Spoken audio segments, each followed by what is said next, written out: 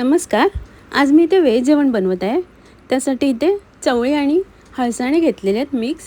सुकलेल्या शेंगांमधनं दाणे काढलेले आहेत. 4-5 वेळा पाण्याने स्वच्छ धुवून घेते आणि गरम पाणी घालून 2 तास भिजायला ठेवते. 2 तासानंतर एक बारीक चिरलेला कांदा, 2 हिरव्या मिरच्या, 1 टोमॅटो घालते आणि कुकरमधनं शिजवून घेते. कढईमध्ये एक मोठा उभा चिरलेला कांदा परतून घेते. कांदा लालसर झाल्यावर ओलं खोबरं घालते आणि कांदा आणि खोबरं लालसर होईपर्यंत भाजून घेते. थोड्या वेळाने थंड झाल्यावर मिक्सरमधनं वाटून घेते. इथे कढईत तेल घेतलेले आहे. त्यात फोडणीला राई, कढीपत्ता आणि हिंग घालते. त्यानंतर कुकरमधनं शिजून घेतलेले चवळी आणि हळसाणे घालते. कांदा खोबऱ्याचं वाटप घालते.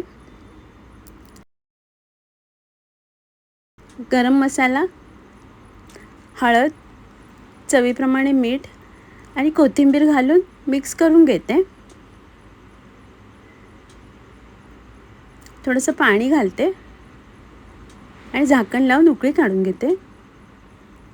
3-4 मिनिटांनी झाकण काढून पुन्हा एकदा मिक्स करून घेते.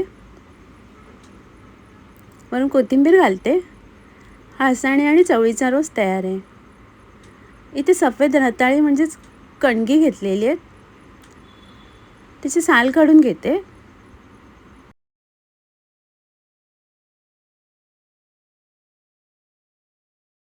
आणि सर्वात अगोदर कापं कापून घेते. अशा प्रकारे कापं कापून घेतलेली आहेत. ते पाण्यात घालून स्वच्छ धुवून घेते आणि उरलेलेचे बारीक तुकडे करून घेते.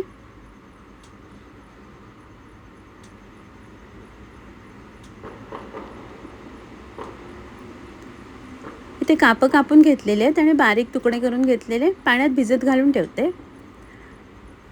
कापांना लाल मिरची पावडर, हळद, चवीप्रमाणे मीठ लावून 10-15 मिनटासाठी बाजूला ठेवते.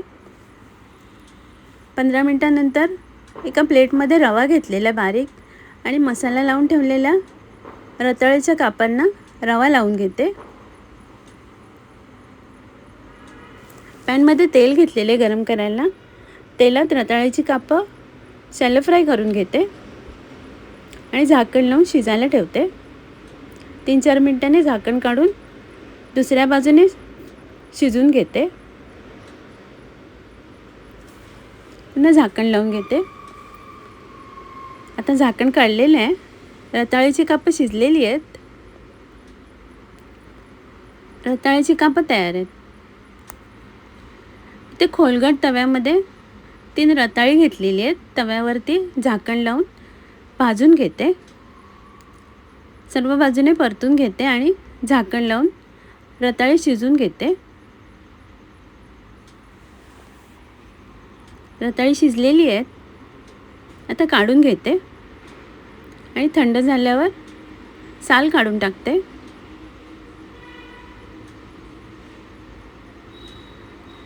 रताळी थंड झाल्यावर साल काढून मॅश करून घेते आणि एका भांड्यात काढून घेते. तर थोडंसं पाणी आणि बारीक चिरलेला गूळ घालते. मिक्स करून घेते. गूळ वितळलेला आहे. किंचित मीठ घालते आणि एक मोठी वाटी खोबऱ्याचं दूध घालते. मिक्स करून घेते. वेलची पावडर घालते आणि थोडा वेळ गरम करून घेते. रताळीची खीर तयार आहे. इथे कढईत 7 सुक्या मिरच्या घेतलेल्या आहेत. 1 छोटा चमचा मेथी आणि अर्धा चमचा राई घालते आणि भाजून घेते सुकं. अर्धा कप ओलं खोबरं घेतलेलं आहे. त्यात भाजून घेतलेली मिरची आणि मेथी घालते आणि मिक्सरमधनं वाटून घेते. इथे बिमला घेतलेले आहेत कापून. त्याला गूळ लावून बाजूला ठेवते. कढईत तेल घेतलेलं आहे. त्यात फोडणीला मेथी आणि राई घालते. थोडंसं हिंग आणि कढीपत्ता घालते. फोडणी तडतडल्यावर गूळ लावून ठेवलेलं बिमला घालते. परतून घेते. थोडीशी हळद घालते आणि मिक्स करून घेते आणि झाकण लावून शिजायला ठेवते. गूळ छान वितळलेला आहे. त्यात खोबऱ्याची पेस्ट घालते, मिक्स करून घेते. किंचित मीठ घालते.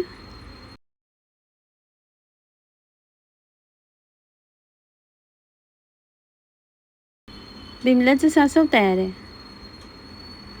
ती कढईत तेल घेतलेलं आहे. त्यात फोडणीला राई, हिंग आणि बारीक चिरलेला कांदा, हिरवी मिरची आणि कढीपत्ता घालते आणि कांदा नरम होईपर्यंत परतून घेते. कांदा नरम झाल्यावर बारीक कापून ठेवलेली रताळी घालते. कांद्यावर परतून घेते 2 मिनटं. चवीप्रमाणे मीठ आणि कोथिंबीर घालून पुन्हा एकदा मिक्स करून घेते.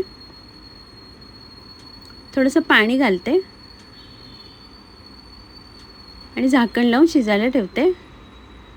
थोड्या वेळाने झाकण काढून भाजी मिक्स करून घेते. रताळी शिजलेली आहेत. त्यात ओलं खोबरं घालते आणि पुन्हा एकदा मिक्स करून झाकण लावून 2 मिनटं वाफ काढून घेते. आता झाकण काढून भाजी मिक्स करून घेते. वरून कोथिंबीर घालते. रताळ्याची भाजी तयार आहे. इथे तोंडली घेतलेली आहेत मोठी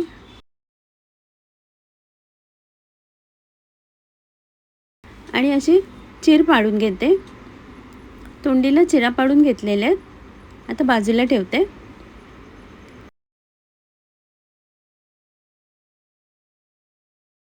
इथे कढईमध्ये एक बारीक चिरलेला कांदा परतून घेते. 2-3 मिनटं परतून झाल्यावर त्यात ओलं खोबरं घालते, अर्धा कप, आणि परतून घेते. लालसर नाही करायचे. कांदा खोबरं परतून झाल्यावर त्यात लाल मसाला, हळद, थोडंसं गूळ, चिंच घालते. मिक्स करून घेते. चवीप्रमाणे मीठ घालते आणि थंड झाल्यावर मिक्सरमधनं पेस्ट करून घेते. खोबरं मिक्सरमधनं वाटून घेतलेलं आहे पाणी न घालता.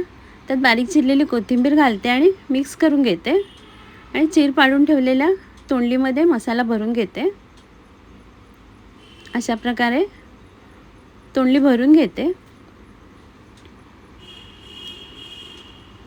इथे छोटा कुकर घेतलेला आहे. त्यात थोडंसं तेल आणि फोडणीला राई घालते. राई तडतडल्यावर कढीपत्ता घालते आणि किंचित मीठ घालून मिक्स करून घेते आणि थोडीशी कोथिंबीर घालते. भरून ठेवलेली तोंडली घालते आणि तेलावरती परतून घेते. तोंडली परतून झाल्यावर पाणी घालते आणि झाकण लावून 2 शिट्ट्या काढून घेते.